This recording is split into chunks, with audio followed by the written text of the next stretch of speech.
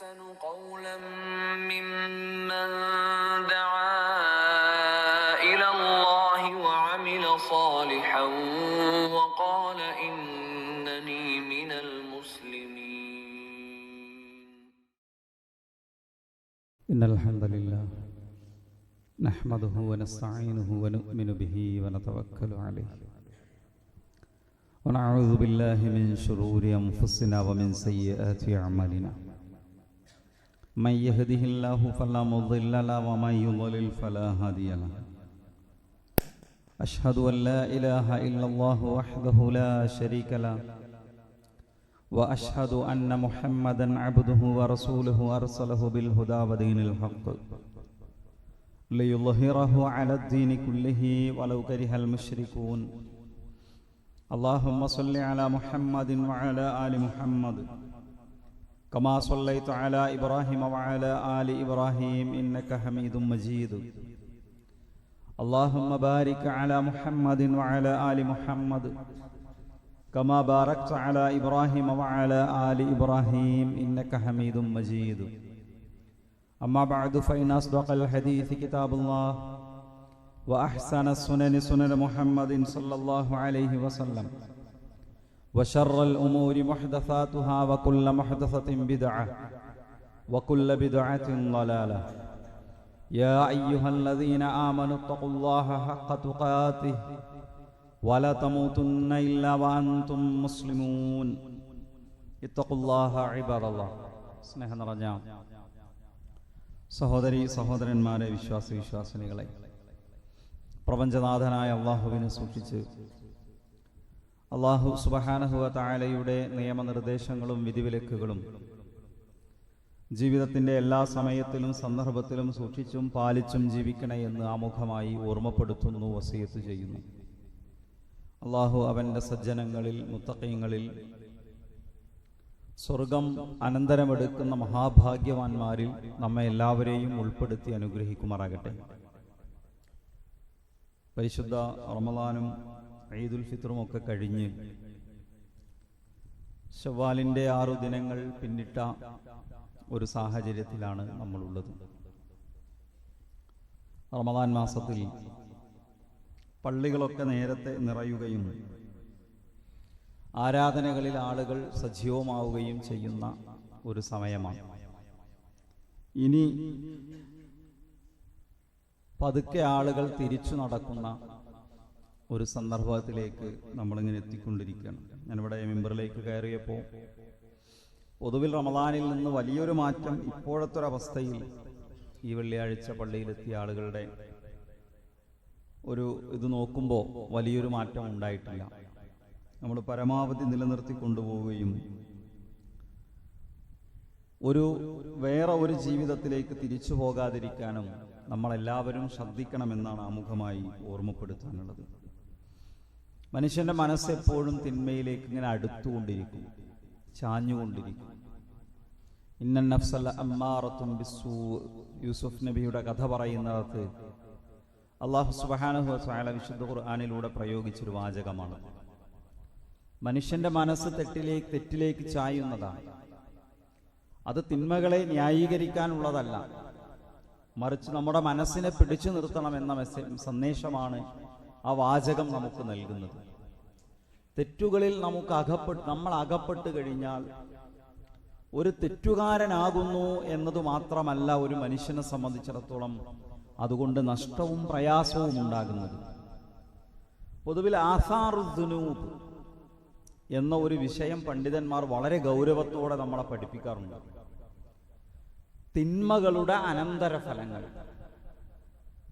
പരലോകത്ത് മനുഷ്യൻ നേരിടുന്ന ശിക്ഷയ്ക്കു പുറമേ ദുനിയാവിൽ ആളുകൾക്ക് തെറ്റുകൾ കൊണ്ടുണ്ടാകുന്ന അപകടങ്ങൾ, അതിൻ്റെ ആസാറുകൾ വളരെ ഗൗരവത്തിൽ പണ്ഡിതന്മാർ പഠിപ്പിക്കുന്നു. ഒരു വിശ്വാസിയെ സംബന്ധിച്ചിടത്തോളം കുറച്ചുകൂടി ഗൗരവത്തോടു കൂടി അത്തരം കാര്യങ്ങളെ കാണേണ്ടതുണ്ട്. ഒന്നാമത്തെ കാര്യം, പൊതുവിൽ പണ്ഡിതന്മാർ പറയാറുള്ളത്, തിന്മ കൊണ്ട് മനുഷ്യനുണ്ടാകുന്ന ദുനിയാവിലെ നഷ്ടം എന്താണ്, പ്രയാസം എന്താണ്? ഒന്നാമത്തെ കാര്യം പറയാറുള്ളത്, ഇൽമിന്റെ വാതിൽ അടക്കപ്പെടുന്നു. ഖുർആൻ ക്ലാസ്സുകളെ കുറിച്ച് നമ്മൾ പറയാറുണ്ട്. ദീന് പഠിക്കുന്നതിനെ സംബന്ധിച്ച് നമ്മൾ സംസാരിക്കാറുണ്ട്. പലർക്കും ഖുർആൻ കൂടുതൽ അറിയണമെന്നും ദീന് പഠിക്കണമെന്നും താല്പര്യമുണ്ടാകും. പക്ഷെ പലപ്പോഴും അതിലേക്ക് എത്തുകയില്ല. ദീന് പഠിക്കാനുള്ള തൗഫീഖും തഖ്വയും തമ്മിൽ ബന്ധമുണ്ട് എന്നാണ് പറയുന്നത്. ഖുർആനിലെ ഏറ്റവും വലിയ ആയത്തുദ്ദൈൻ, അതിന്റെ അവസാന ഭാഗം എന്ന് പറയുന്നത് വത്തഖുല്ലാഹ വയുഅല്ലിമുകുമുല്ലാഹ്, നിങ്ങൾ അല്ലാഹുവിനെ സൂക്ഷിക്കുക, അവൻ നിങ്ങൾക്ക് ദീന് പഠിപ്പിച്ചു തരുന്നു. ഈ വിഷയത്തിൽ അല്ലാഹുവിനോടുള്ള തഖ്വ നഷ്ടപ്പെടുന്നിടത്ത് ഇൽമിന്റെ കവാടങ്ങൾ അടക്കപ്പെടുമെന്ന വിഷയത്തിലേക്ക് ചേർത്തുകൊണ്ട് പണ്ഡിതന്മാർ ഈ ആയത്തിനെ വിശദീകരിക്കാറുണ്ട്. മൂസാ നബിയുടെയും ഖദിർ അലൈഹിസ്സലാമയുടെയും ചരിത്രം സൂറത്തുൽ കഹ്ഫിലെ ഒരു പ്രധാനപ്പെട്ട ഭാഗമാണത്. മൂസാ നബി ആരാണ് ബനൂ ഇസ്രായേലിലെ ഏറ്റവും അറിവുള്ള ആളെന്ന് ചോദിച്ചപ്പോൾ ഒരു നബി എന്ന നിലക്ക് മൂസാ അലൈഹി സ്വലാം പറഞ്ഞു, ഞാൻ തന്നെ ആയിരിക്കും. അള്ളാഹു മൂസാ നബിയോട് എന്താ പറഞ്ഞത്? മൂസേ, നീയല്ല, നീ യാത്ര പോകണം. 2 നദികൾ കൂടിച്ചേരുന്നിടത്ത് നിനക്കൊരാളെ കാണാൻ സാധിക്കും. അയാൾ നിന്നേക്കാൾ അറിവുള്ള ആളാണ്. സൂറത്തുൽ കഹ്ഫിൽ പരിമിതമായിട്ടാണ് ആ സംഭവം നമുക്ക് വിശദീകരിച്ചിരുന്നത്. എന്നാൽ ഇമാം ബുഖാരി തന്റെ കിതാബുൽ ഇൽമിൽ വളരെ സുദീർഘമായി പ്രവാചകൻ സല്ലല്ലാഹു അലൈഹി വസല്ലം വിശദീകരിക്കുന്ന പ്രവാചകന്റെ ഏറ്റവും ദീർഘമേറിയ ഹദീസുകളിൽ ഒന്നാണ്. ആ സംഭവം ദീർഘമായി തന്നെ നമുക്ക് പഠിപ്പിച്ചു തരുന്നുണ്ട്.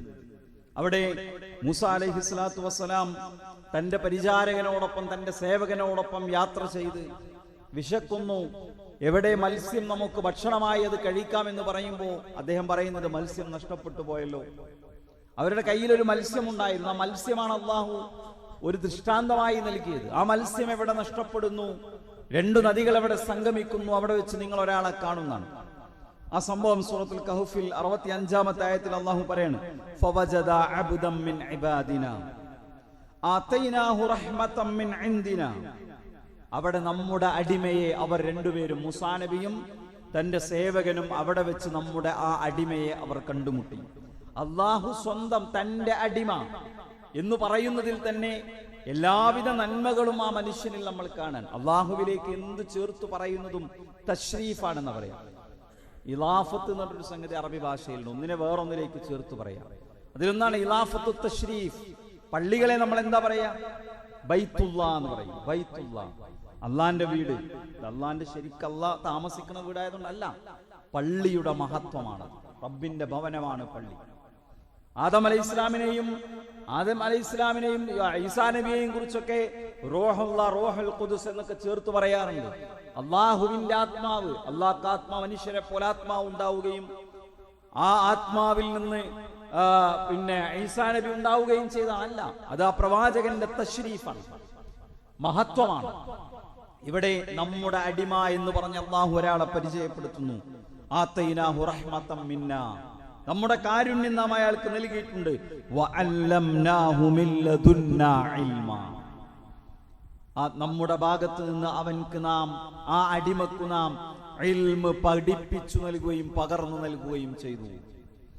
അല്ലാഹു തന്റെ അടിമ, ഞാൻ കാരുണ്യം നൽകിയവൻ, അവൻക്ക് നാം ഇൽമ് നൽകി എന്ന് പറയുമ്പോ ഇൽമിന്റെ വാതിലുകൾ എന്താണ്? അല്ലാഹുവിനോട് അടുത്ത് നിൽക്കുന്നവർക്കുള്ളതാണ്. റബ്ബിനോടുള്ള തഖ്വ ഉള്ള ആളുകൾക്കുള്ളതാണ്. പടച്ചതമ്പുരാനെ സൂക്ഷിക്കുന്നവർക്കുള്ളതാണ്. തിന്മകളിൽ നിന്ന് വേറിട്ട് നിൽക്കുന്നവർക്കുള്ളതാണ്. അങ്ങനെയുള്ള ആളുകൾക്ക് അല്ലാഹു വിജ്ഞാനത്തിന്റെ വാതിലുകൾ തുറന്നു കൊടുക്കും. ഇസ്ലാമിലെ വിജ്ഞാനം എന്ന് പറഞ്ഞാൽ അതിനോളം മഹത്വമുള്ള വേറൊന്നുമില്ല. ഏറ്റവും വലുത് ഇസ്ലാമിൽ വിജ്ഞാനമാണ്. ഇൽമുൻ നാഫിഅ്. ഹിദായത്ത് എന്ന് പറഞ്ഞാൽ തന്നെ ഇൽമുൻ നാഫിഅ് ആണെന്ന് പറയാം. എന്താ ഹിദായത്ത്? അല്ലാഹു അയാളെ ഹിദായത്തിലാക്കട്ടെ എന്ന് പറഞ്ഞാൽ എന്താ? ഇസ്ലാം ദീന് പഠിക്കാൻ കഴിയുക, അത് ജീവിതത്തിൽ പകർത്താൻ കഴിയുക, അതാണ് നേരായ മാർഗം എന്ന് പറയുന്നത്. അത് കിട്ടുന്നത് തിന്മകളിൽ നിന്ന് വിട്ടു നിൽക്കുന്ന ആൾക്കാണ്. ഇമാം ഷാഫി റഹിമഹുല്ലയുടെ ഒരു 2 വരി കവിത കാണാം. ശഖൗതു ഇലാ വഖഇൻ സുഅ ഹിഫ്ളി ഫഅർശദനി ഇലാ തർക്കിൽ മആസി വഅഖ്ബറനി ബിഅന്നൽ ഇൽമ നൂറുല്ലാഹി ലാ യുതഅഹു ആസി റബ്ബി. എന്താ പറഞ്ഞത്? ശഖൗതു ഇലാ വഖീഇൻ എനിക്ക് പഠിച്ചിട്ട് മനപ്പാടമാകുന്നില്ല എന്ന് ഞാൻ പരാതി പറഞ്ഞു വക്കീഇനോട്. അപ്പൊ അദ്ദേഹം എനിക്ക് നൽകിയ ഉപദേശം എന്താണ്? ഫഅർശദനി ഇലാ തർക്കിൽ മആസി, നീ തെറ്റുകൾ ഉപേക്ഷിക്കണം, തിന്മകളിൽ നിന്ന് വിട്ടു നിൽക്കണം. വഅഖ്ബറനി ബിഅന്നൽ ഇൽമ നൂറുൻ, ഇൽമ എന്ന് പറഞ്ഞാൽ അതൊരു വെളിച്ചമാണ്. നൂർ എന്ന് പറഞ്ഞാൽ എന്താണ്? നൂറുല്ലാഹ്, അല്ലാഹുവിന്റെ വെളിച്ചമാണ്. ഇൽമിന്റെ മഹത്വമാണ് പറയുന്നത്. ലാ യുഅതാഹു ആസിയർ റബ്ബി, അല്ലാഹുവിനെ ധിക്കരിക്കുന്നവർക്ക്, തെറ്റു ചെയ്യുന്നവർക്ക് അല്ലാഹു ഇൽമ നൽകുകയില്ല. ഇൽമ എന്ന് പറയുന്ന അല്ലാഹുവിന്റെ വെളിച്ചമുണ്ടല്ലോ, നൂറുല്ലാഹ് എന്ന് പറഞ്ഞു, നമ്മൾ നേരത്തെ പറഞ്ഞതുപോലെയാണ്. അത് ഇൽമിന്റെ മഹത്വമാണ്. അല്ലാഹുവിലേക്ക് ചേർത്ത് പറയുന്നതെല്ലാം മഹത്വമുള്ളതാണ്. അത് നൽകപ്പെടുന്നത് തെറ്റുകളിൽ നിന്ന് വിട്ടുനിൽക്കുന്നവർക്കാണ് എന്ന് ഇമാം ഷാഫി റഹ്മത്തുള്ളാഹി അലൈഹി നമ്മളെ പഠിപ്പിക്കാൻ. നമ്മുടെ സുഹൃത്തുക്കളെ, തിന്മകൾ സംഭവിച്ചാൽ എന്താ പ്രശ്നം? പരലോകത്ത് ശിക്ഷിക്കപ്പെടുമെന്ന് മാത്രമാണോ? ഈ ലോകത്തും മനുഷ്യന് ഒരുപാട് നഷ്ടങ്ങളുണ്ട്. രണ്ടാമത്തെ ഒരു സംഗതി എന്താ അറിയോ? റിസ്ഖ് തടയപ്പെടും, മനുഷ്യന്റെ ഉപജീവനം തടയപ്പെടും തെറ്റുകൂടുന്നിടത്ത്. പ്രവാചകൻ സല്ലല്ലാഹു അലൈഹി വസല്ലമയുടെ വളരെ പ്രസിദ്ധമായൊരു ഹദീസാണ്, ഇന്നൽ അബ്ദ ലയുഹറമു റിസ്ഖു ബിദ്ദംബി യുസീബുഹു. ഒരു മനുഷ്യൻ അയാൾ ചെയ്യുന്ന തിന്മ കാരണത്താൽ അയാളുടെ ഉപജീവനം അയാൾക്ക് തടയപ്പെടും. ജീവിതത്തിലെ പ്രശ്നങ്ങളാണെന്ന് പറയും, പ്രയാസങ്ങളുണ്ട് എന്ന് പറയും, പരാതി പറഞ്ഞുകൊണ്ടേയിരിക്കും, തീരാത്ത ബുദ്ധിമുട്ടുകളെ കുറിച്ച് കാണുന്നവരോടൊക്കെ സംസാരിച്ചു കൊണ്ടിരിക്കും. എന്താ കാരണം? ജീവിതത്തിൽ തെറ്റുകൾ ഉപേക്ഷിക്കുന്നില്ല, തിന്മകളിൽ നിന്ന് മാറി നിൽക്കാൻ സാധിക്കുന്നില്ല. അയാളുടെ ജീവിതത്തിൽ പ്രയാസങ്ങളായിരിക്കും. നിങ്ങൾ നോക്കി, കടുത്ത ശിക്ഷകൾക്ക് മനുഷ്യൻ വിധേയനാകും. വിശദീകരിക്കേണ്ടതില്ലാത്ത വിധം നമുക്കറിയാവുന്ന സംഗതിയാണ്. സൂറത്ത് അൻകബൂത്തിലെ 35 മുതൽ 40 വരെയുള്ള ആയത്തുകൾ, പ്രവാചകന്മാരുടെ ചരിത്രം അല്ലാഹു ഇങ്ങനെ വിശദീകരിക്കുന്നുണ്ട്. ശുഐബ് അലൈഹിസ്സലാമിനെ കുറിച്ച് പറഞ്ഞു അല്ലേ? വഇലാ മദിയന അഖാഹും ശുഐബ, മദീനയിലേക്ക് ശുഐബ് നബിയെ നാം നിയോഗിക്കുകയുണ്ടായി. ഫഖാല യാ ഖൗമി അബ്ദുല്ലാഹ്, അല്ലാഹനെ നീ മാത്രമേ നിങ്ങൾ ആരാധിക്കണമെന്ന് ശുഐബ് നബി ആ സമൂഹത്തോട് പറഞ്ഞു. അദ്ദേഹത്തെ അവർ കളവാക്കി. വആദം വസമൂദൻ, ആദ് ഗോത്രത്തിലേക്കും സമൂദ് ഗോത്രത്തിലേക്കും പ്രവാചകന്മാരെ നാം നിയോഗിക്കുകയുണ്ടായി. ഇത് ഖുർആൻ പ്രയോഗിക്കുന്ന വാചകം നിങ്ങൾ ശ്രദ്ധിക്കണം. വസയ്യന ലഹുമുശ് ശൈത്വാനു അഅമാലഹും, അവർ ചെയ്തിരുന്ന തിന്മകളെ പിശാച് അവർക്ക് നന്നായി കാണിച്ചു കൊടുത്തു, നല്ലതായി തോന്നിപ്പിച്ചു കൊടുത്തു. തെറ്റിൽ നിന്ന് മനുഷ്യന് വിട്ടുനിൽക്കാൻ കഴിയില്ല. അതിലങ്ങോട്ട് വ്യാപൃതനായാൽ ശൈത്താൻ പറയുന്നേ അത് ചെയ്തോ എന്ന് പറയും, അതിൽ വിട്ടുനിന്നോ എന്ന് പറയില്ല, അതന്നെയാണ് നല്ലതെന്ന് പറയും. നിന്റെ കൂട്ടുകാരനെ നീ നോക്കുന്നില്ലേ എന്ന് ചോദിക്കും. നിന്റെ അയൽവാസി തെറ്റ് ചെയ്യുന്നുണ്ടല്ലോ എന്ന് പറയും. നിന്നേക്കാൾ മോശമായി ജീവിക്കുന്ന എത്ര ആൾക്കാർ ഇവിടെ ഉണ്ട് എന്ന് ചോദിക്കും. നീ ഫർളെങ്കിലും നിസ്കരിക്കുന്നുണ്ടല്ലോ, സുന്നത്ത് ഒഴിവാക്കുമ്പോ മനസ്സിൽ വരുന്ന ചോദ്യമാണ് അല്ലേ? നീ തൗഹീദ് പ്രബോധനം ചെയ്യുന്നുണ്ടല്ലോ, തെറ്റ് ചെയ്യുമ്പോ ശൈത്താൻ പറയാണ് നീ തൗഹീദ് പ്രബോധനം ചെയ്യുന്നുണ്ടല്ലോ, നിന്നിൽ ശിർക്കില്ലല്ലോ. ശിർക്കില്ലെങ്കിൽ നേരിട്ട് സ്വർഗത്ത് പോകുന്ന ആരാ പറഞ്ഞത്? ശിർക്കിന്റെ ഗൗരവം പഠിപ്പിക്കുന്നിടത്ത് ആവർത്തിച്ച് നമ്മൾ കേട്ടു, ഇന്നല്ലാഹ ലാ യഗ്ഫിറു അൻ യുശ്റക ബിഹി വയഗ്ഫിറു മാ ദൂന ദാലിക ലിമൻ യശാ. ശിർക്ക് അല്ലാഹു പൊറുക്കൂല. ശിർക്കുണ്ടോ നരകം ഉറപ്പാ, സ്വർഗം ഹറാമാ. പക്ഷെ ശിർക്കില്ലെങ്കിൽ സ്വർഗത്തിൽ പോകുമോ? തിന്മകളില്ലെങ്കിലേ പോകാൻ കഴിയൂ. തിന്മകളുണ്ടെങ്കിൽ അതിന്റെ ശിക്ഷ അനുഭവിച്ചവർക്ക് കഴിഞ്ഞതിന് ശേഷം മാത്രമേ ആളുകൾക്ക് സ്വർഗത്തിലേക്ക് പോകാൻ സാധിക്കുകയുള്ളൂ. ഇല്ലാ മൻഷാ അല്ലാഹ്. പൂർവ്വം ചില ആളുകൾക്ക് ഒരുപക്ഷെ അള്ളാഹു എല്ലാം അഫ്വ ചെയ്തു കൊടുക്കും. എത്ര തെറ്റ് ചെയ്താലും തൗഹീദുള്ള ആളോട് പറയും, നിനക്ക് ഞാൻ എല്ലാം അഫ്വ ചെയ്തു തന്നു, നീ സ്വർഗത്തിലേക്ക് പോയിക്കോ എന്ന് പറയും. അള്ളാഹു അവരിൽ നമ്മെ എല്ലാവരെയും ഉൾപ്പെടുത്തുമാറാകട്ടെ. ഒരു വലിയ ഭാഗ്യമാണ്, മഹാസൗഭാഗ്യമാണ്. ഞാൻ പറയുന്നത്, ഇവിടെ മനുഷ്യനെ സംബന്ധിച്ചിടത്തോളം തെറ്റുകൾ ചെയ്യുമ്പോ ശൈത്താൻ അതിങ്ങനെ നല്ലതായി തോന്നിപ്പിക്കും. ഇവിടെ വിശുദ്ധ ഖുർആൻ അല്ലാഹു സുബ്ഹാനഹു വ തആല നമ്മളെ പറയാണ്, നമുക്ക് പഠിപ്പിച്ചു തരാണ്. സമൂദ് ഗോത്രം ഉണ്ടായിരുന്നു, ആദ് ഗോത്രം ഉണ്ടായിരുന്നു. വഖാറൂന വഫിർഔന വഹാമാൻ, ഖാറൂൻ കടന്നുപോയി. മുസ്ലിമായിരുന്നു, വിശ്വാസിയായിരുന്നു, സമ്പത്ത് കൂടി, അഹങ്കാരം കൂടി, സക്കാത്ത് കൊടുത്തില്ല. ഫിർഔൻ കടന്നുപോയി. അന റബ്ബുക്കുമുൽ അഅല എന്ന് പ്രഖ്യാപിച്ചയാൾ. ഫിർഔന്റെ എല്ലാ തോന്നിവാസങ്ങൾക്കും കൂട്ടുനിന്ന ഫിർഔന്റെ മന്ത്രിയായിരുന്ന ഹാമാൻ കടന്നുപോയി. ഇവിടെ അല്ലാഹു പറയാണ്, വലഖദ് ജാഅഹും മൂസാ ബിൽ ബയ്യിനാത്ത്, മൂസാ നബി അവർക്ക് ദൃഷ്ടാന്തങ്ങളുമായി തെളിവുകളുമായി കടന്നു വന്നു. പക്ഷെ അവർ അഹങ്കരിച്ചു. എന്നിട്ടോ എന്താ സംഭവിച്ചത്? ഫകുല്ലൻ അഖദ്നാ ബിദംബി, മറക്കാൻ പാടില്ല വാക്ക് നമ്മൾ. ഫകുല്ലൻ, എല്ലാ ആളുകളെയും, അഖദ്നാ നാം പിടികൂടി, ബിദംബിഹി, അവന്റെ തെറ്റുകൊണ്ട്, അവന്റെ പാപം കൊണ്ട്. പാപത്തിൽ അഭിരമിച്ചു പിശാചതിനെ ഇങ്ങനെ കൈയടിച്ച് പ്രോത്സാഹിപ്പിച്ചപ്പോ, അതിനെങ്ങനെ അലങ്കാരമായി തോന്നിപ്പിച്ചു കൊടുത്തപ്പോ അതിലലിഞ്ഞു ചേർന്നു, അത് ആസ്വദിച്ചു, അത് കൊണ്ടാടി. ഇതുതന്നെയാണ് ഏറ്റവും നല്ലത് എന്ന് ചിന്തിച്ചു. അല്ലേ? നമുക്ക് ചുറ്റും നമുക്ക് കാണാൻ പറ്റും, നമ്മുടെ ചുറ്റും നമുക്ക് കാണാൻ പറ്റും, ആളുകളെ നമുക്ക് കാണാൻ കഴിയും. നമുക്ക് ചോദിക്കുക, എങ്ങനെ കഴിയുന്നു ഈ മനുഷ്യർക്ക് ഇത്ര അതപ്പതിക്കാൻ? അല്ലേ? അങ്ങാടിയിൽ കാട്ടിക്കൂട്ടുന്ന പേക്കൂത്തുകൾക്ക് നാണമില്ലേ ഇവർക്ക്? നമ്മുടെ മനസ്സിൽ നമ്മൾ പറഞ്ഞു പോകും, നാണമില്ലേ ഇവർക്ക്?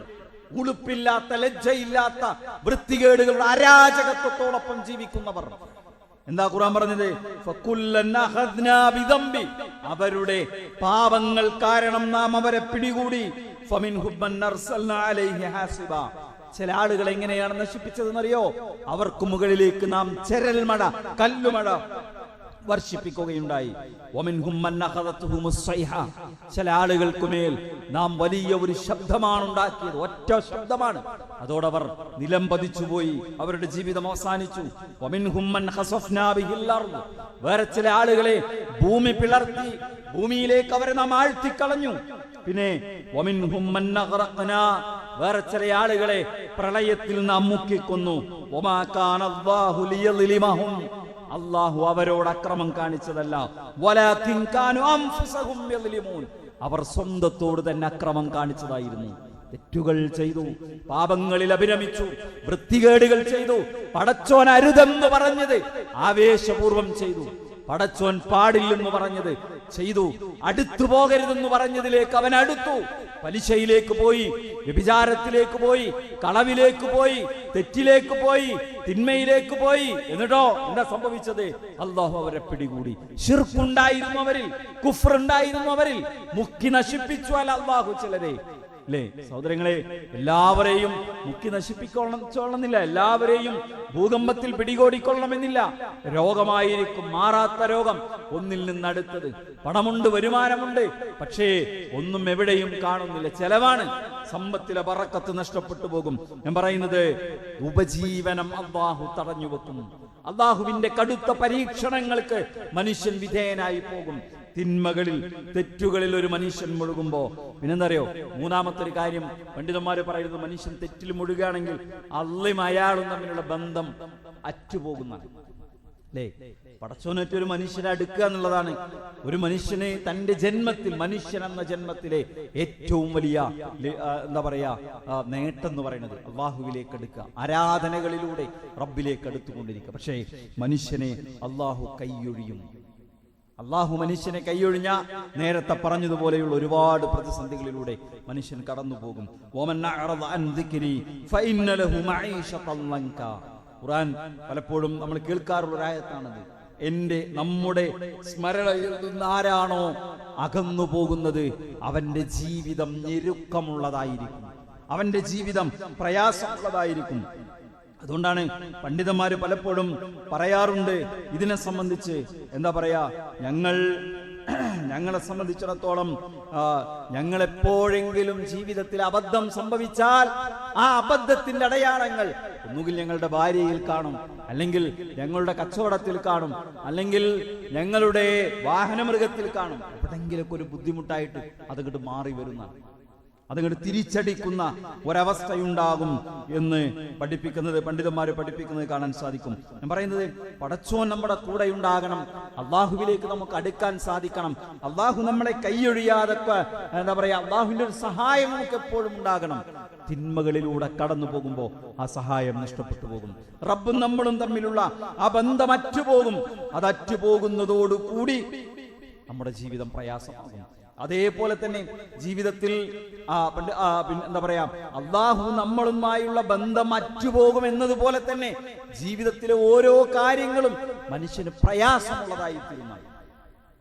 തെറ്റുകൾ കൂടുമ്പോൾ നാലാമത്തെ ഒരു കാര്യം പണ്ഡിതന്മാർ പഠിപ്പിക്കുന്നത്, തിന്മകൾ വർദ്ധിക്കുമ്പോൾ ജീവിതത്തിൽ നമ്മുടെ ജീവിതം ഇങ്ങനെ പതുക്കെ പ്രയാസത്തിലേക്ക് പോകും. അല്ലേ? അതാണ് പിന്നെ ചെറിയ സൂറത്തുകളുടെ ഭാഗത്ത് നമ്മൾ പലപ്പോഴും പഠിപ്പിക്കുന്നത്,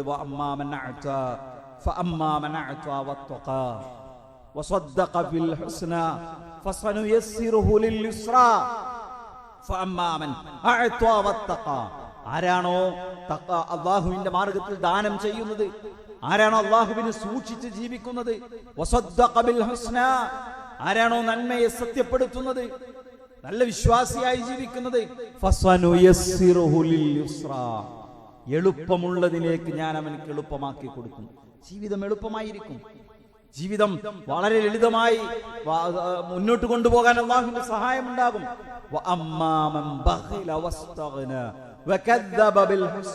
അതിന്റെ മറുവശം എന്താണ്? അതിന്റെ മറുവശം എന്താണ്? പിശുക്ക് കാണിക്കുന്നവൻ, ഞാനാണ് എല്ലാം തികഞ്ഞവനെന്ന് അഹങ്കാരത്തോടുകൂടി സ്വയം പര്യാപ്തത നടിക്കുന്നവൻ, അല്ലേ? അവന്റെ ജീവിതം ഞെരുക്കമുള്ളതായി തീരും. ഒന്ന് കെട്ടഴിക്കുമ്പോ അടുത്ത കെട്ടുണ്ടാവും. ഒരു പ്രയാസം തീരുമ്പോ അടുത്തൊരു പ്രയാസത്തിലേക്ക് പോകും. മാനസികമായ സമാധാനം നഷ്ടപ്പെടും. പ്രതിസന്ധികളിലൂടെ ജീവിതം മുന്നോട്ട് പോകുന്ന ഒരു സാഹചര്യം ഉണ്ടാകും. അതുകൊണ്ട് തന്നെ സഹോദരങ്ങളെ, തെറ്റിലൂടെ മുന്നോട്ട് പോകുമ്പോ ജീവിതം പ്രയാസത്തിൽ നിന്ന് പ്രയാസത്തിലേക്ക് പോകുന്ന സാഹചര്യം ഉണ്ടാകും എന്നാണ് പഠിപ്പിക്കുന്നത്. അഞ്ചാമത്തെ ഒരു കാര്യം എന്താ അറിയോ? മനുഷ്യന്റെ ഹൃദയം കറുത്തു പോകുമെന്നതാണ്. എപ്പോഴും കേൾക്കുന്ന ഒരു ഹദീസ് ആയതുകൊണ്ട് ഞാനത് വിശദീകരിക്കുന്നില്ല. ഒരു തെറ്റു ചെയ്താൽ ഹൃദയത്തിൽ ഒരു കറുത്ത കുത്തു വീഴും. 2 തെറ്റു ചെയ്താൽ 2 കുത്തു വീഴും. 3 തെറ്റു ചെയ്താൽ 3 കുത്തു വീഴും.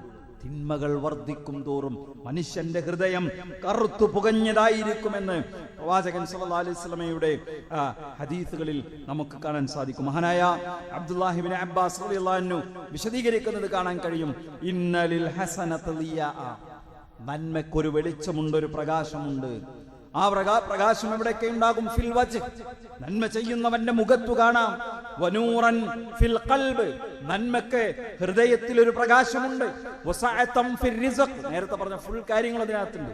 എന്താ പറഞ്ഞേ? ഉപജീവനത്തിൽ ഒരു വിശാലത, അത് നന്മകൾക്കുണ്ട്. വഖുവതൻ ഫിൽ ബദൻ, ശരീരത്തിൽ ആരോഗ്യം, അത് നന്മകൾക്കുണ്ട്. വമഹബ്ബതൻ ഫി ഖുലൂബിൽ ഖൽഖ്, ആളുകൾക്കിടയിൽ ഒരാൾക്കൊരു സ്വീകാര്യത ലഭിക്കും. മനുഷ്യരുടെ മനസ്സുകളിൽ നന്മ ചെയ്യുന്നവനെ കുറിച്ച് ഒരു ഇഷ്ടമുണ്ടാകും. പിന്നെ തിന്മകൾക്കോ, ഇബ്നു അബ്ബാസ് റളിയല്ലാഹു അൻഹുവിന്റെ വാചകമാണ്, തിന്മകൾക്കോ സവാദൻ, അതിനൊരു കറുപ്പുണ്ട്. ഫിൽ വജ്ഹ്, അത് തിന്മ ചെയ്യുന്നവന്റെ മുഖത്തുണ്ടാകും. വളുൽമതൻ ഫിൽ ഖൽബ്, അത് അവന്റെ ഹൃദയത്തിൽ ഇരുട്ടായിരിക്കും. വവഹ്നൻ ഫിൽ ബദൻ, അവന്റെ ശരീരത്തിൽ ഒരു എന്താ പറയാ ബലഹീനതയായിരിക്കും. ആരോഗ്യത്തിൽ ബലഹീനതയായിരിക്കും. കാണുമ്പോ ഭയങ്കര തണ്ടും തടിയൊക്കെ ഉണ്ടാവും. എന്താ ഈ ആരോഗ്യത്തിലെ ബലഹീനത പറഞ്ഞാൽ അലസത ബാധിക്കും. ഒരു നന്മ ചെയ്യാനും താല്പര്യം ഉണ്ടാവില്ല. ഒരു നന്മയിലേക്കും അയാൾക്ക് നേരെ ചൊവ്വ എഴുന്നേറ്റ് നിൽക്കാൻ കഴിയില്ല. മടിയാണ്, അലസതയാണ്. പിന്നെയാകാം, മറ്റൊരിക്കലാകാം, ഇതാണ് കഴിയട്ടെ. തിന്മ ചെയ്യാനോ ഭയങ്കര ആവേശമായിരിക്കും. തെറ്റു ചെയ്യാനോ ഭയങ്കര താല്പര്യമായിരിക്കും, വലിയ ഉന്മേഷമായിരിക്കും. അതാണ് തെറ്റു ചെയ്യുന്നവനെ സംബന്ധിച്ചുള്ള തുടരുന്നു. എന്താണ്? ഉപജീവനത്തിൽ കുറവുകൾ ഉണ്ടാകും. ആളുകളുടെ മനസ്സിൽ അയാളെ കുറിച്ച് വെറുപ്പായിരിക്കും ഉണ്ടാവുക. വെറുപ്പായിരിക്കും ആളുകളുടെ മനസ്സിൽ അയാളെ കുറിച്ചുണ്ടാകുക. നന്മയാണെങ്കിൽ മുഖത്ത് ആ നന്മയുടെ വെളിച്ചമുണ്ടാകും, ഹൃദയത്തിൽ ആ നന്മയുടെ പ്രകാശമുണ്ടാകും, ഉപജീവനത്തിൽ ആ നന്മയുടെ വിശാലതയുണ്ടാകും, ശരീരത്തിൽ ആ നന്മയുടെ കരുത്തുണ്ടാകും, ആളുകളുടെ ഹൃദയത്തിൽ ആ നന്മ ചെയ്യുന്ന മനുഷ്യനെ കുറിച്ചൊരു ഇഷ്ടമുണ്ടാകും. തിന്മയാണെങ്കിലോ മുഖത്ത് ആ തിന്മയുടെ കറുപ്പുണ്ടാകും, ഹൃദയത്തിൽ ആ തിന്മയുടെ ഇരുട്ടുണ്ടാകും, ശരീരത്തിൽ ആ തിന്മകളുടെ ബലഹീനതകൾ ഉണ്ടാകും, ഉപജീവനത്തിൽ സമ്പത്തിൽ കുറവുകൾ ഉണ്ടാകും. ആളുകളുടെ മനസ്സിൽ അയാളെ കുറിച്ച് വെറുപ്പായിരിക്കും. എല്ലാവരും എന്നെ ഇഷ്ടപ്പെടണമെന്ന് ആഗ്രഹിക്കും, എല്ലാവരും എന്നെ ഇഷ്ടപ്പെടണമെന്ന് ചിന്തിക്കും. പക്ഷേ ആളുകളുടെ മനസ്സിൽ മുഖത്ത് ചിരിച്ച് കാണിക്കുന്നുണ്ടെങ്കിലും ഉള്ളിന്റെ ഉള്ളിൽ അയാൾ പോരട്ടോ, അയാൾ ശരിയല്ലട്ടോ, എടോ പുറത്ത് കാണുന്നത് പോലെയല്ല അയാളുടെ ജീവിതത്തിന്റെ സ്വകാര്യത എന്ന് ആളുകൾ പരസ്പരം മടക്കം പറയും. പുറത്തേക്ക് പറയുന്നതല്ല, ഉള്ളിൽ വെറുപ്പായിരിക്കും. മറ്റാളോ എല്ലാ മനുഷ്യരും അവർക്ക് വേണ്ടി പ്രാർത്ഥിക്കും. നല്ലൊരു മനുഷ്യനാണ്. എത്ര പ്രതിസന്ധി ഉണ്ടെങ്കിലും നന്മ കൈവടിയാത്തവൻ. അള്ളാഹു പ്രയാസങ്ങൾ തീർത്തു കൊടുക്കട്ടെ, അള്ളാഹു അയാളെ സഹായിക്കട്ടെ. നമുക്കറിയുക പോലും ചെയ്യാത്ത മനുഷ്യർ ഏതൊക്കെയോ വീടുകളിൽ ഇരുന്ന് രാത്രിയുടെ ഇരുണ്ട യാമങ്ങളിൽ ഏതൊക്കെയോ പള്ളി മെഹ്റാബുകളിൽ നിന്ന് നമുക്ക് വേണ്ടി റബ്ബിലേക്ക് പ്രാർത്ഥനകൾ ഉയരുന്ന സാഹചര്യം ഉണ്ടാകും. അതുകൊണ്ട് തന്നെ നന്മകളിൽ അടിയുറച്ചു നിന്ന് തിന്മകളെ കൈയൊഴിഞ്ഞ് ജീവിക്കുന്ന ഒരു ജീവിത രീതിയാണ് നമുക്കുണ്ടാകേണ്ടത്. അതിന് അല്ലാഹു നമ്മെല്ലാവരെയും സഹായിക്കുമാറാകട്ടെ.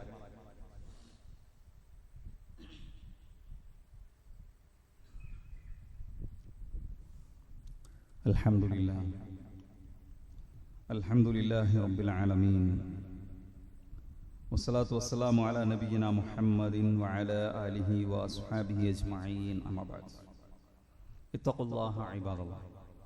സ്നേഹം നിറഞ്ഞ സഹോദരി സഹോദരന്മാരെ, വിശ്വാസികളെ, അള്ളാഹുവിനെ സൂക്ഷിച്ച് അള്ളാഹുവിൻ്റെ നിയമനിർദ്ദേശങ്ങളും വിധിവിലക്കുകളും ജീവിതത്തിൻ്റെ എല്ലാ സമയത്തിലും സന്ദർഭത്തിലും സൂക്ഷിച്ചും പാലിച്ചും ജീവിക്കണേ എന്ന് ഒരിക്കൽ കൂടി ഓർമ്മപ്പെടുത്തുന്നു, വസിയത്ത് ചെയ്യുന്നു.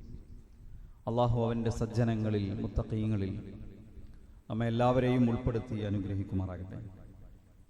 ഇന്നത്തെ നമ്മുടെ കളക്ഷൻ പള്ളി പരിപാലനത്തിലേക്കുള്ളതാണ്. അള്ളാഹുവിൻ്റെ ഈ ഭവനം അത് സംരക്ഷിക്കാനും പരിപാലിക്കാനും നമുക്ക് ഓരോരുത്തർക്കും ഉത്തരവാദിത്വമുണ്ട്. നമ്മളെല്ലാവരും വളരെ ഭംഗിയായി നിർവഹിക്കാൻ ശ്രമിക്കുന്നത് കൊണ്ട് തന്നെയാണ് ഈ സംവിധാനം ഒരുപാട് ആളുകൾക്ക് നമസ്കാരം നിർവഹിക്കാനും ആരാധനകൾ നിർവഹിക്കാനും ജുമാഅകളിൽ പങ്കെടുക്കാനൊക്കെ ഉപകാരപ്പെടുന്ന രൂപത്തിൽ ഭംഗിയായി ഇവിടെ നിലനിൽക്കുന്നത്. എല്ലാവരും കഴിയുന്ന രൂപത്തിൽ അതിൽ ശ്രദ്ധിക്കണമെന്ന് ഓർമ്മപ്പെടുത്തുകയാണ്. കഴിഞ്ഞ ഖുതുബയിൽ മുമ്പൊരിക്കൽ സൂചിപ്പിച്ചിരുന്നതുപോലെ ഹജ്ജ് ക്ലാസ് ഈ 29-ാം തീയതി പാലക്കാട് വെച്ച് നടക്കുന്നുണ്ട്. ദീർഘകാലം ഹജ്ജൊക്കെ നിർവഹിച്ച ആളുകളുടെ പണ്ഡിതന്മാരുടെ നേതൃത്വത്തിൽ പ്രായോഗികമായി നമുക്ക് കാര്യങ്ങൾ വളരെ നന്നായി മനസ്സിലാക്കാൻ കഴിയാവുന്ന രൂപത്തിലാണ് ക്ലാസ്സുകൾ സംഘടിപ്പിക്കുന്നത്. ഹജ്ജിന് പോകുന്ന ആളുകൾക്ക് പങ്കെടുക്കാം. നമ്മുടെ പരിചയത്തിൽ ആരെങ്കിലും അങ്ങനെ പോകുന്നവരുണ്ടെങ്കിൽ അവർക്ക് ആ ക്ലാസ് പരിചയപ്പെടുത്തി കൊടുക്കുകയും ചെയ്യാമെന്ന് ഈ സന്ദർഭത്തിൽ ഓർമ്മപ്പെടുത്തുന്നു.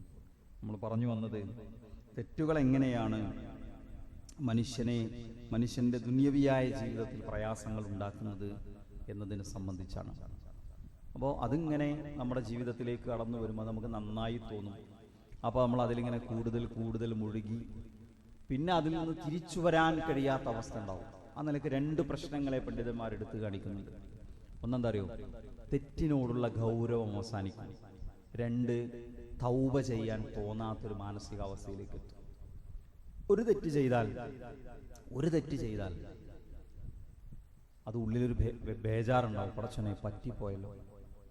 ചില തെറ്റുകൾ മുന്നിലെത്തി നിൽക്കുമ്പോൾ അല്ലാഹുവേ എന്തൊരു ഗൗരവമുള്ള കാര്യമാണത്, അതാണ് സംഭവിച്ചു, മുന്നോട്ട് പോയാലോ. പിന്നെ എന്തും ചെയ്യാനുള്ളൊരവസ്ഥയിലേക്ക് മനുഷ്യൻ മാറും. പതുക്കെ ഇങ്ങനെ ഒന്നിൽ നിന്ന് അടുത്തതിലേക്ക് ഒന്ന് തൗബ ചെയ്യണമല്ലോ എന്നുള്ളൊരു മനസ്സുപോലും ഇല്ലാത്തൊരവസ്ഥയിലേക്ക് എത്തും. അതുകൊണ്ട് തെറ്റുകളെ ഗൗരവത്തോടു കൂടി നമ്മൾ കാണണം. നമ്മുടെ പട്ടാമ്പിക്കാരെ സംബന്ധിച്ചിടത്തോളം 2 പരീക്ഷണങ്ങൾ ഇവിടുത്തെ ആളുകളുടെ മുന്നിലുണ്ട്. ഇവിടെ ഒരുമിച്ച് കൂടിയ ആളുകളൊക്കെ മിക്കവാറും അത്തരം കാര്യങ്ങളിൽ നമുക്ക് വിട്ടു നിൽക്കുന്നവരായിരിക്കും. ഒന്നെന്താ അറിയോ? ഒന്ന് പട്ടാമ്പി നേർച്ചയാണ്. നമ്മൾ ഒരു നിലക്കും അതിൻ്റെ ഭാഗമാവുകയില്ല എന്ന് തീരുമാനമെടുക്കേണ്ട സമയമാണ്. ഈ നേർച്ചയിൽ പങ്കെടുക്കുന്നവർക്കും അത് സംഘടിപ്പിക്കുന്നവർക്കും എല്ലാവർക്കും അറിയാം, അരാജകത്വങ്ങൾ കൊണ്ട് നിറഞ്ഞ ഒരു സംഗതിയാണ് അല്ലേ. ഒരുപക്ഷെ ഒരു പുറത്തു നിന്ന് ഒരാൾ അതിൽ എന്തൊക്കെ തെറ്റുകളുണ്ട് നീ എണ്ണുന്നതിനേക്കാൾ കൂടുതൽ അതിനടുത്ത് നിന്ന് നോക്കുന്ന ആളുകൾക്ക് മനസ്സിലാവും. നമ്മൾ പറയും ലഹരി ഉണ്ട് അതിൽ. ഏറ്റവും ഗൗരവമുള്ളത് ഒരു കെട്ടിപ്പൊക്കിയ ജാറവുമായി എന്തെന്നെ പറഞ്ഞാലും അതൊന്ന് ബന്ധപ്പെടുത്തുന്നുണ്ട് അല്ലേ. ഇനി എത്ര നമ്മൾ അതിൽ നിന്ന് ആരൊക്കെ കൈയൊഴിയാൻ ശ്രമിച്ചാലും അതിന്റെ അസ്ല് എന്ന് പറയുന്നതാണ്. അള്ളാന്റെ റസൂൽ നിരവധി ഹദീസുകളിലൂടെ 1, 2, 3, 4, 5, 10 അല്ല, നിരവധി ഹദീസുകളിലൂടെ ഒരു ഖബർ ഒരു ചാണിന് മുകളിൽ ഉയരാൻ പാടില്ലെന്നും ഖബർ കെട്ടിപ്പൊക്കാൻ പാടില്ലെന്നും അതിനു മുകളിൽ കെട്ടിടമുണ്ടാക്കാൻ പാടില്ലെന്നും ഖബറാരാധന ബിംബാരാധനയ്ക്ക് തുല്യമാണെന്നും ഹദീസാണ്. ഖബറാരാധന ബിംബാരാധനയ്ക്ക് തുല്യമാണെന്നും ജൂത ക്രൈസ്തവരെ അല്ലാഹു ശപിച്ചത് അവർ മരിച്ചുപോയ പ്രവാചകന്മാരുടെ ഖബറുകളെ ആരാധിച്ചത് കൊണ്ടാണ് എന്നും എത്ര സ്ഥലത്താണ് പറഞ്ഞത്. ഏറ്റവും ഗൗരവമുള്ള തിന്മയാണ്, ഏറ്റവും ഗൗരവമുള്ള തിന്മ. അതിന്റെ ബാക്കിയാണ് ഇതിനോടനുബന്ധിച്ച് നടക്കുന്ന ലഹരിയാകട്ടെ, അതിനോടനുബന്ധിച്ച് നടക്കുന്ന മറ്റേതെങ്കിലും തരത്തിലുള്ള ധൂർത്താകട്ടെ, മറ്റു പൈശാചികമായ വാദ്യോപകരണങ്ങളും സംവിധാനങ്ങളുമാകട്ടെ, ഇവിടുത്തെ ഇതര മതസ്ഥരുടെ ആരാധനകളോട് ചേർന്ന് നിൽക്കുന്ന എന്തെല്ലാം തരത്തിലുള്ള കാര്യങ്ങളുണ്ടോ, ഞാൻ പറയുന്നത് പേര് മാറ്റിയാലും അല്ലാത്തത് ചെയ്താലും ഇതൊരു വൃത്തികേടാണ്. ആർക്കും വളരെ ലളിതമായി മനസ്സിലാവുന്ന സംഗതിയാണ്. ഞാൻ പറയുന്നത് ആദുകാരെ കുറിച്ച്, സമൂദുകാരെ കുറിച്ച്, നോഹ നബിയുടെ ജനതയെ കുറിച്ച്, ഖിബ്തികളെ കുറിച്ച്, ഖാറൂനിനെ കുറിച്ച് ഖുർആൻ പ്രയോഗിച്ചൊരു വാചകമുണ്ട്. പിശാച് അവർക്ക് അവരുടെ തിന്മകൾ അലങ്കാരമായി തോന്നിപ്പിച്ചു കൊടുത്തു. ആ അലങ്കാരമായി തോന്നിപ്പിച്ചു കൊടുക്കുമ്പോഴാണ് പട്ടാമ്പി നഗരത്തിന്റെ നടുറോഡുകളിൽ ഏത് വൃത്തികെട്ട വേഷവും കെട്ടാൻ മനുഷ്യർക്ക് തോന്നുന്നത്. അതുകൊണ്ട് അതൊരു പരീക്ഷണമാണ്. അതിന്റെ പരിസരത്തേക്ക് പോകാൻ പാടില്ല. കഴിയുന്നത്ര ആളുകളെ അത്തരം തെറ്റുകളിൽ നിന്ന് വിട്ടുനിൽക്കാൻ, അവരെ ബോധവൽക്കരിക്കാൻ ഒക്കെ ശ്രമിക്കേണ്ട ആളുകളാണ് നമ്മളെല്ലാവരും എന്ന് സാന്ദർഭികമായി ഓർമ്മപ്പെടുത്തുന്നു. രണ്ടാമത്തെ ഒരു കാര്യം, കഴിഞ്ഞ ലോക്കൽ ബോഡി ഇലക്ഷനുമായി ബന്ധപ്പെട്ട്, പഞ്ചായത്ത് തെരഞ്ഞെടുപ്പുമായി ബന്ധപ്പെട്ട ഇലക്ഷൻ കഴിഞ്ഞപ്പോൾ ഒരു കാര്യം നമ്മൾ സൂചിപ്പിച്ചിരുന്നു. പുതിയ ഒരു ട്രെൻഡ് കഴിഞ്ഞ പഞ്ചായത്ത് ഇലക്ഷനോട് കൂടിയാണ് സമൂഹത്തിൽ വ്യാപിച്ചത് എന്നാണ് ഞാൻ മനസ്സിലാക്കുന്നത്. നിങ്ങൾക്ക് അതിന് മുമ്പ് അറിയുമെന്ന് എനിക്കറിയില്ല.